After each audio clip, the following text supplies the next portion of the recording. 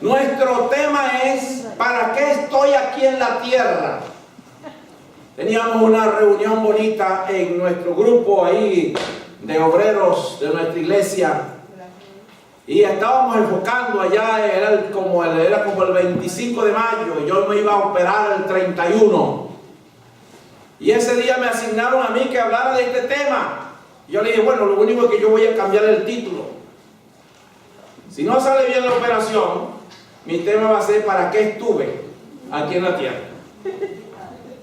Pero gracias a Dios no salí de esa. Así que puedo hablar hoy: ¿para qué Dios me dejó todavía un poco más en esta tierra?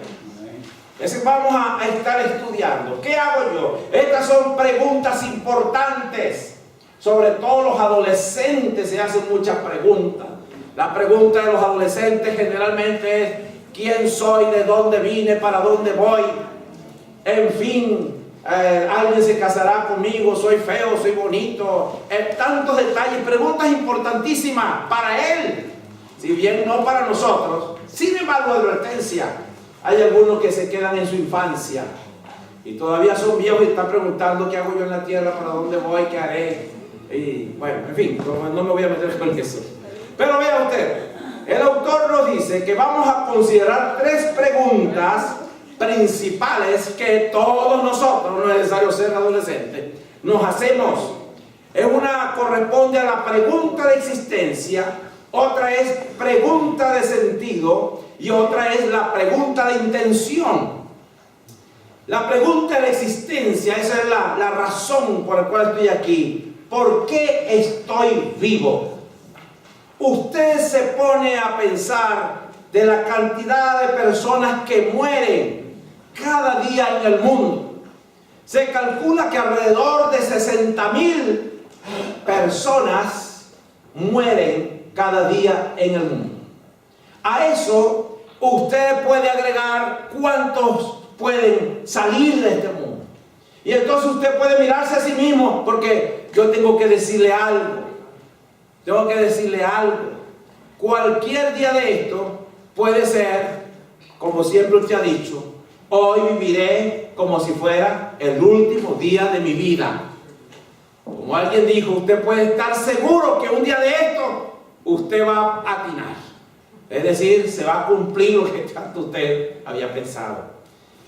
Yo sé, mis amados, hay grupos inclusive cristianos evangélicos que le tienen un terror a la muerte.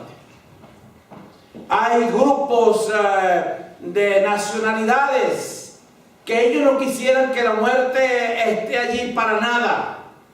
Un caso de esos son los chinos. Allá en el edificio 88 Corporate en Scarborough, donde nosotros vivíamos, casi todos eran chinos. Cuando sonaba la alarma, hermanos, todos los chinos salían.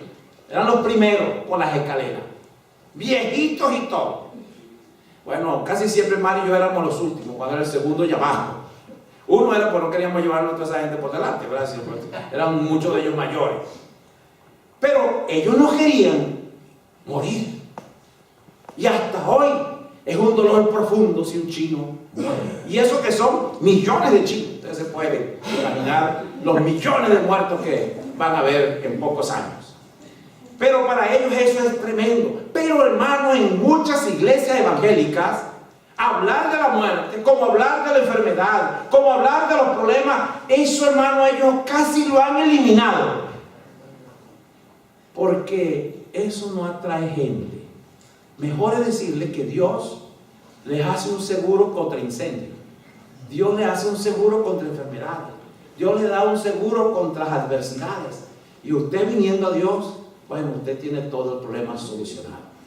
Bueno, como usted ve, el énfasis allí existencial es darle la razón a aquel que quiere escuchar que Él vino a este mundo para ser una gran personalidad. Usted, los libros de autoayuda, ¿qué es la primera lección que le enseñan? Bueno, uno de ellos dice: naciste para ser un vencedor. Y cuando uno lee eso, qué entusiasmado se pone. Y más si es un autor cristiano. Eres un vencedor porque tal. Y dan ejemplo de cómo gente llegó a su iglesia y empezaron a orar. Hay un libro de eso que ora por una hermana que estaba pidiéndole a Dios para decidirse comprar un carro, pero ella no sabía de qué color lo iba a comprar. Y en ese momento que va cruzando la calle, enciende la luz amarilla. Imagínense de qué color compró su carro. Porque la luz amarilla es que Dios me está diciendo que el carro debe ser de luz amarilla.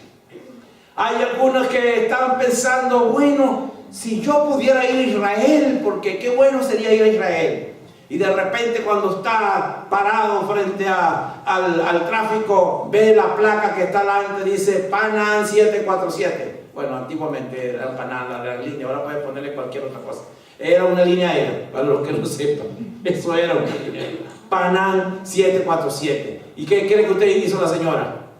Dios me está diciendo que yo vaya y que me vaya en un 747.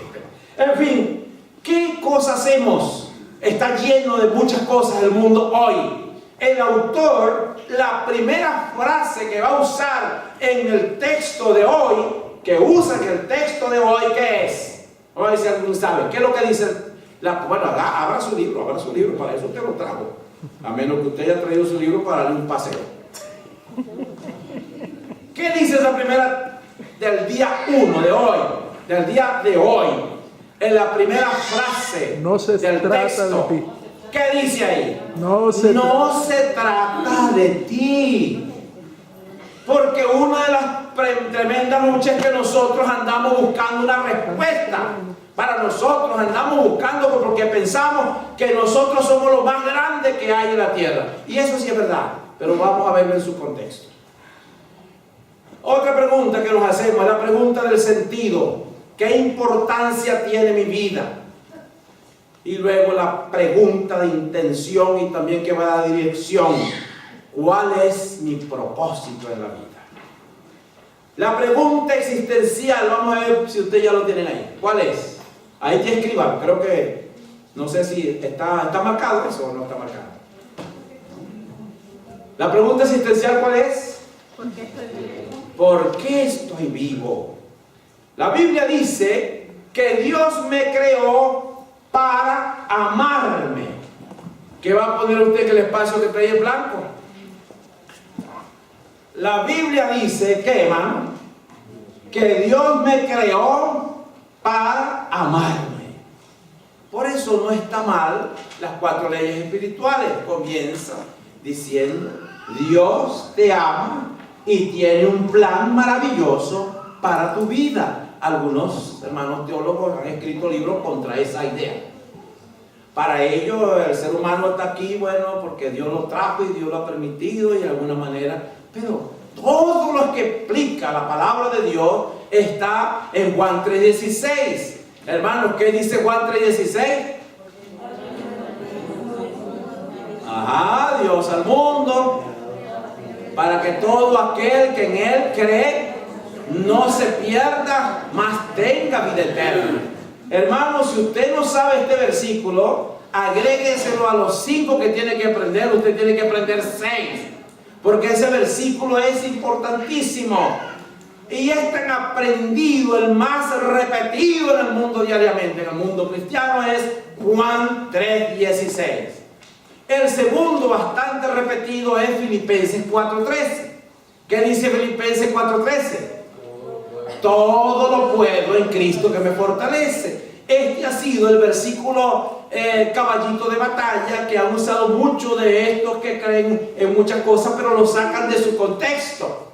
Porque Pablo está explicando que él está sufriendo, él está preso, él no tiene recursos. Sin embargo, dice, todo lo puedo en Cristo que me fortalece. ¿Ok? Pero este versículo es tan pequeño que casi todo el mundo se lo sabe. Vamos a ver. ¿Cómo es que dice? Todo. Un hermano de esos que cuando hacemos reunión cada quien está repitiendo el versículo y decimos, diga un versículo espontáneo. Entonces los hermanos se ponen de pie para dar un versículo. Casi siempre este es el versículo que más se repite. Así que pasó al hermano y le dijeron a él: muy bien, hermano, ¿cuál es el versículo que usted se sabe? Y él se puso todo nervioso y dijo: todo lo puedo en Cristo que me filipenses. Entonces es muy importante que usted lo sepa completo. Todo lo puedo, ¿qué? En Cristo que me fortalece. Pequeño, pero nos da esa dirección de lo que estamos hablando. Entonces, dice la palabra de Dios: ¿por qué tuve que salir del vientre? Solo para ver problemas y aflicción y para terminar mis días en vergüenza. Este está citando a Jeremías 20:18. El Señor ha hecho todo para sus propios propósitos. Ahí estamos citando Proverbios 16:4. Fíjese que dice que el Señor ha hecho todo para sus propios propósitos. Qué hermoso es que yo estoy incluido dentro de lo que Dios ha hecho con propósito que Él sabe. Mucho antes de la fundación del mundo, Él estaba pensando en nosotros y se había predispuesto para que fuésemos el enfoque de su amor, impecables y santos por su amor. Es una paráfrasis de ese gran versículo, el Efesios 1:4. Así que nos escogió en Él, dice el versículo 3, antes de que el mundo fuese, porque el Señor tenía para nosotros este propósito. La pregunta del sentido es: ¿qué importancia tiene mi vida? No sé si ahí está en blanco, usted llénelo. ¿Qué importancia tiene mi vida? Así dice la palabra: en vano he trabajado, he gastado mis fuerzas sin provecho alguno. Aquí tenemos al profeta Isaías quejándose delante de Dios. Pero el Señor le va a decir: yo soy tu creador, te cuidé aún antes de que nacieras. En Isaías 44:2. Fíjese usted qué hermoso es. ¿Cómo dice? Repita conmigo: yo soy tu creador, te cuidé aún antes de que naciera. Y también dice: tú viste cuando mi cuerpo fue cobrando forma en las profundidades de la tierra. Aún no había vivido un solo día cuando tú ya habías decidido cuánto tiempo viviría.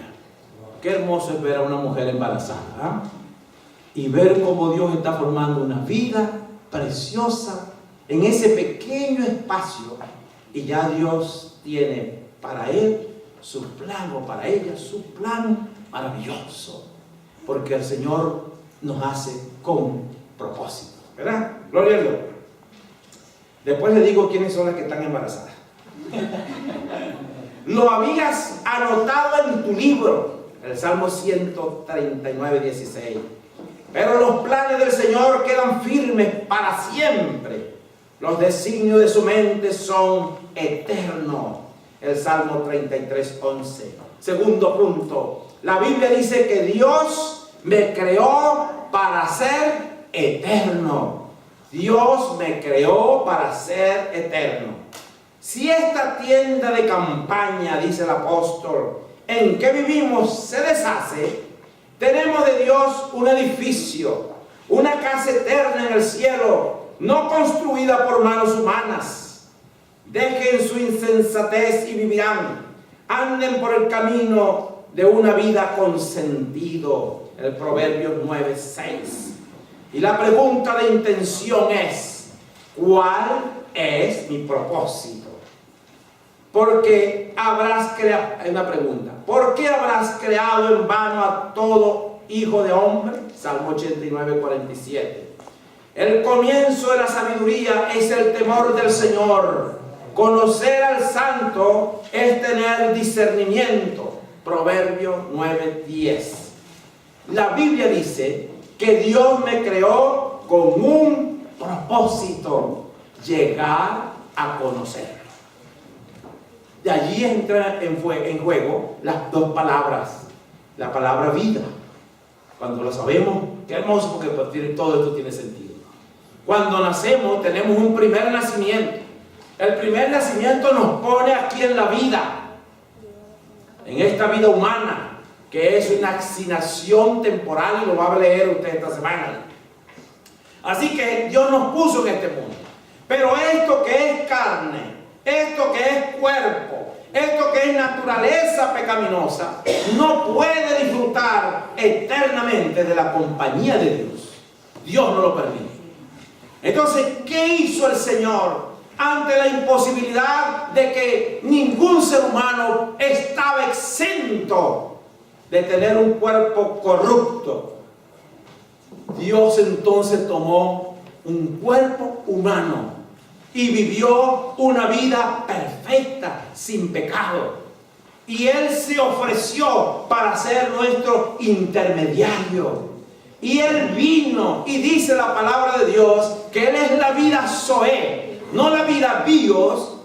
Tuvo bios, la vida eterna tuvo que cubrirse de bios para podernos mostrar quién es el Dios Padre y qué es lo que quiere Él de nosotros.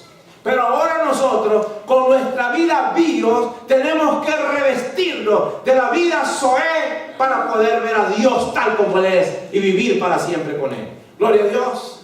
Así que la Biblia dice que me creó con un propósito, llegar a conocerlo. Porque todo, absolutamente todo en el cielo y en la tierra, visible e invisible, todo comenzó en Él y para los propósitos de Él. Colosenses 1:16. Es en Cristo que sabemos quiénes somos y para qué vivimos. Mucho antes que oyéramos de Cristo, Él nos vio y nos diseñó para una vida gloriosa, parte de su propósito general en que trabajen todos y para todos. Ahora comprendo que en realidad para Dios no hay favoritismo, sino que en toda nación Él ve con agrado a los que le temen y actúan con justicia. La Biblia dice que Dios me creó ¿para qué? La Biblia dice que Dios me creó para ser. La Biblia dice que Dios me creó para conocer. Ustedes ya me han escuchado esta ilustración que a mí me emociona mucho y me perdonan que yo la repita tanto. Pero es que me gusta tanto esto, hermano, que lo escribí ahí en mi oficina y la veo cada rato. El lema de el gran misionero William Borden: sin reservas, sin retiradas, sin lamentaciones. En 1904, William Borden se graduó de la escuela secundaria como heredero de la hacienda de la lechería Borden. Él ya era un millonario al nacer. Como regalo de graduación, sus padres le dieron a Borden, de 16 años de edad, un viaje alrededor del mundo. Eso fue en 1904. Fíjense ustedes. Y ahí se viajaba por barco. Mientras el joven viajaba por Asia, el Medio Oriente y Europa, sintió una carga creciente por la gente sufriendo en el mundo. Finalmente, William Borden escribió a casa para decir: voy a entregar mi vida para prepararme para el campo misionero. Un amigo expresó sorpresa de que él estuviera desperdiciando su vida como misionero. En respuesta, William escribió 2 palabras en la parte de atrás de su Biblia: sin reservas. Borden fue a la universidad y luego al seminario, cambiando la vida de los estudiantes y de todos aquellos que entraban en contacto con él. Inició un pequeño grupo de oración que dio origen a un movimiento que se esparció a través de los campus universitarios.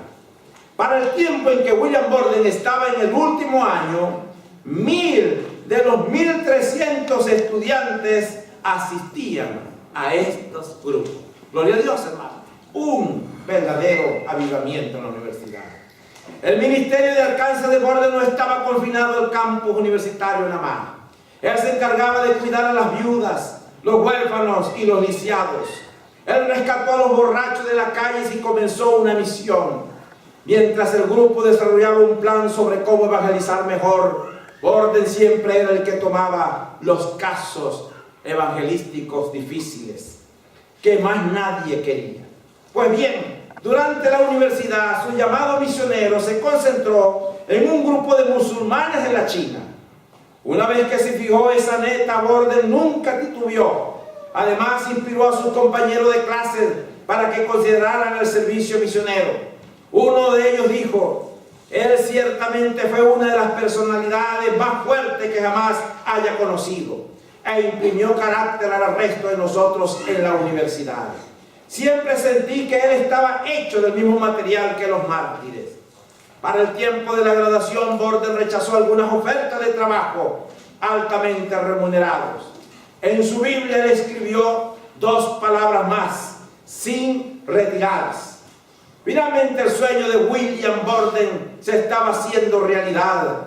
Mientras navegaba hacia la China, debido a que esperaba trabajar con los musulmanes, se detuvo primero en Egipto para estudiar árabe. Estando allí, contrajo meningitis vertebral.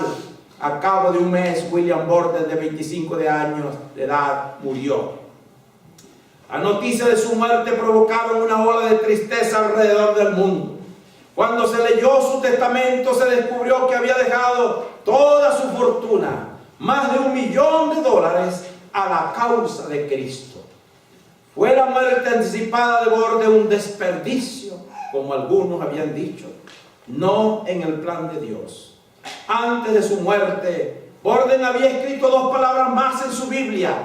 Debajo de las palabras sin reservas y sin retiradas, él había escrito sin lamentaciones. Mis amados, estamos para comenzar algo como esto. Quiero decir una falacia que lamentablemente se ha ido haciendo verdad. Mucha gente dice que nosotros los hispanos comenzamos algo y no lo concluimos. Y la verdad es que esto se ve mucho, pero eso también se ve en otras culturas. Pero aquí estamos hablando de un compromiso. Hermanos, yo les voy a decir, firmen aquí en su libro un tiempecito allá con su grupo de vecinos, de amigos, o con su esposa, o con alguien más. Firme aquí un pacto que hay para que usted en realidad se comprometa a cumplir con la lectura de todo esto. Aquí se llama mi pacto. Con la ayuda de Dios me comprometo en los próximos 40 días de mi vida a descubrir el propósito que Él tiene para mí. Allí pone su nombre. Luego, nombre de su compañero, del que le sirve de testigo o alguien del grupo. Póngalo ahí también. Y luego usted sale a vivir estos días. Y mis amados, yo espero que todos lleguemos a la meta. ¿Se imaginan ustedes celebrando en ese banquete que vamos a tener todos los que hayan terminado este libro? Ese día 16. ¿Se imaginan ustedes el 17 viniendo para la escuela dominical esos 100 amados que han sido contactados para la gloria de Dios y van a venir a ayudarnos aquí a la iglesia? ¿Se imagina eso? Bueno, hermano, imagínense, pero con breve memoria corta, porque eso va a ocurrir apenas dentro de 42 días. Vamos a ponernos de pie. Pero una cosa, llévese este lema que tiene escrito ahí al final. ¿Cuál es el lema? Sin reservas. ¿Sí qué? Sin retiradas. Sin lamentaciones. El hermano Borden tenía 27 años cuando murió. Pero voy a decir un detallito al final que no había dicho. Hermanos, en pocos años, en las universidades de Estados Unidos, la muerte de aquel joven había impactado a miles de jóvenes y de egresados de la universidad que se fueron al campo misionero para trabajar plantando iglesias.